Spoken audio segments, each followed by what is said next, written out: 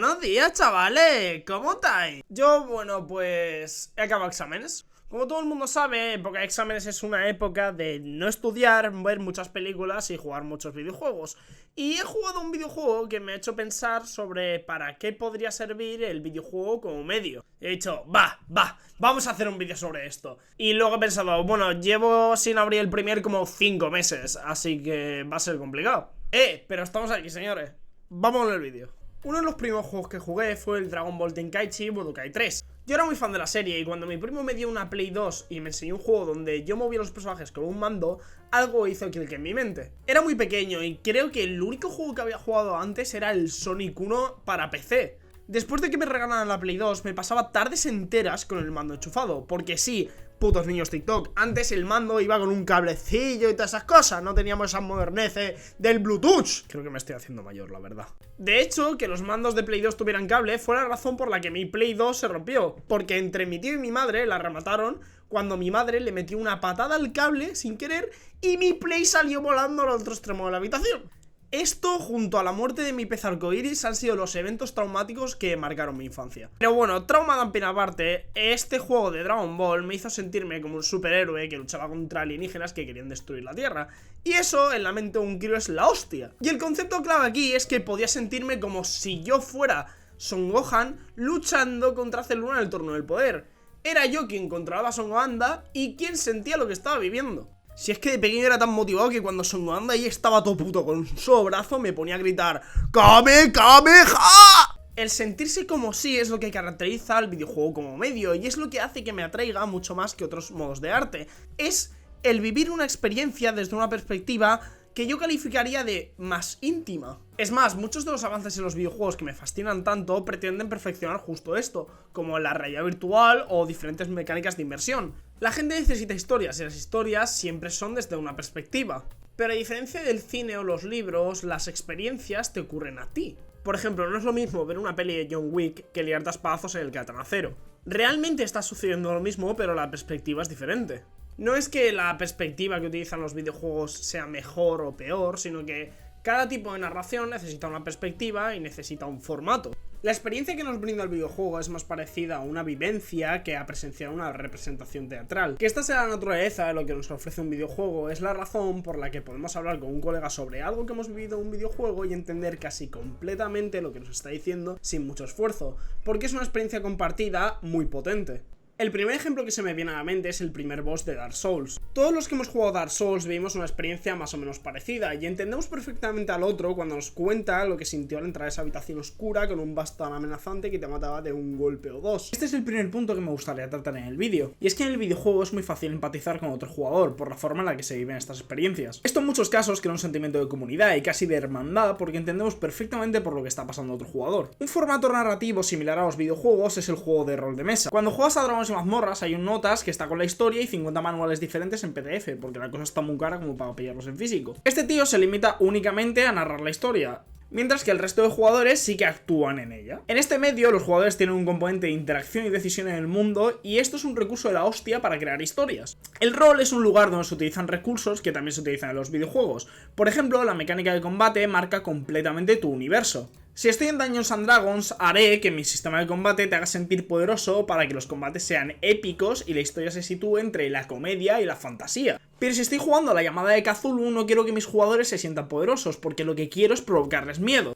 Entonces tu sistema de combate tiene que ser lo más parecido a intentar meterle un puñetazo a 5 kilos de antimateria, que en el momento en el que tires el dado tu polla se convierta en una puta matriz. Tus sistemas de interacción con el mundo son lo que construyen la atmósfera de tu historia y la experiencia que va a vivir tu jugador. En videojuegos tenemos ejemplos muy claros de esto y uno de los más famosos es The Last of Us 2. Por aquí el puto israelí te habla de no, es que matar está mal, la venganza muy malo, pero llevo 200 horas disparando perritos y la verdad es que me lo he pasado de puta madre.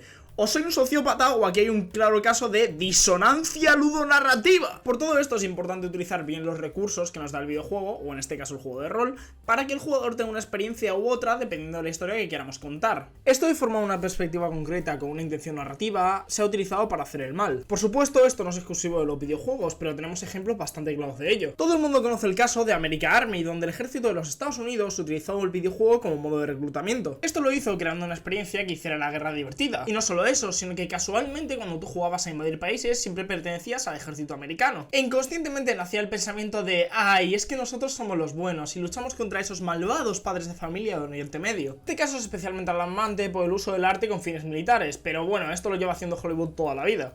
Aparte de este caso donde claramente hubo mala intención a la hora de crear una experiencia, tenemos otros casos donde no hubo mala intención pero no se consiguió la perspectiva que se pretendía. En Six Days in Fallujah, juego que conoceréis por haber sido cancelado debido a que la opinión pública consideraba que hacer un juego de disparos en un conflicto tan reciente como lo era Irak en 2009 no era lo más correcto, tenía la intención de reflejar la guerra como realmente es, terrorífica. Tenía la intención de hacer un survival horror y no un shooter al uso. Lo de hacer un survival horror tenía mucho sentido porque querían hacerte sentir terror, querían que vivieras la experiencia de un soldado en una zona de conflicto. Querían que fueras Leon S. Kennedy y no Felipe 360 marcándose trickshots. A diferencia de American Army, que sacralizaba la guerra para que te unieras al ejército, Six Days in Fallujah pretendía desmitificarla y convertirla en algo repugnante y terrorífico para el jugador. Bueno, pues este juego se canceló como 3 veces y cambió de mano otras tantas, hasta salir en 2025 de la mano de Highwire Games. Salió finalmente no como un survival horror, sino como un shooter táctico, lo cual no me sería un problema si no estuviéramos hablando de una batalla real y no de una chiquitita precisamente. La batalla de Fallujah terminó con más de 1000 bajas contando todos los bandos, 800 bajas civiles y más de 300.000 desplazados. Así que cambiar el foco del terror a la acción quizás no fue la mejor elección. Y yo intentaría tener buena fe si no fuera porque el juego se resume a replicar una vez más la fórmula de somos americanos matando a los malvados terroristas negrillos. Y no soy yo haciéndome el woke, es que en palabras del productor Pete Entante, este juego no trata de política, de si los Estados Unidos debieron o no participar en el conflicto, es sobre las historias de los marines que estaban desplegados en Fallujah. El debate sobre la política se lo dejamos a los políticos, nosotros nos centramos en lo que realmente ocurrió en terreno. Al igual que un marino no puede discutir sus órdenes, nosotros no nos vamos a hacer un comentario político sobre si la propia guerra fue una buena o una mala idea. Pues me cago en todos tus muertos, Pitentante, en todos tus muertos, hijo de la gran puta. Siguiendo con la cagada de este juego, tenemos que el juego contiene una serie de entrevistas a soldados americanos y civiles a modo de documental sobre la segunda batalla de Fallujah, pero en ningún momento se habla de que las tropas americanas utilizaban fósforo blanco, un crimen contra la humanidad cojonudo, ¿verdad, Joseju? Además de tácticas como lanzar granadas dentro de las casas y disparar antes de entrar por si habían enemigos. Pues por lo que sea, en estas casas habían decenas de miles de civiles que seguían escondidos y que pagaron las consecuencias de los actos de estos asesinos. Este caso me jode especialmente porque es mi shooter táctico favorito, es la experiencia más cercana que he tenido al terror del combate, y eso es mucho decir, viniendo de un videojuego al que considero un fracaso. Por si alguien se lo pregunta, me lo ha dejado un tal El Amigos, un tío muy bajo. Hasta ahora tenemos que los videojuegos son más una experiencia que una representación teatral. La perspectiva facilita que el jugador sienta empatía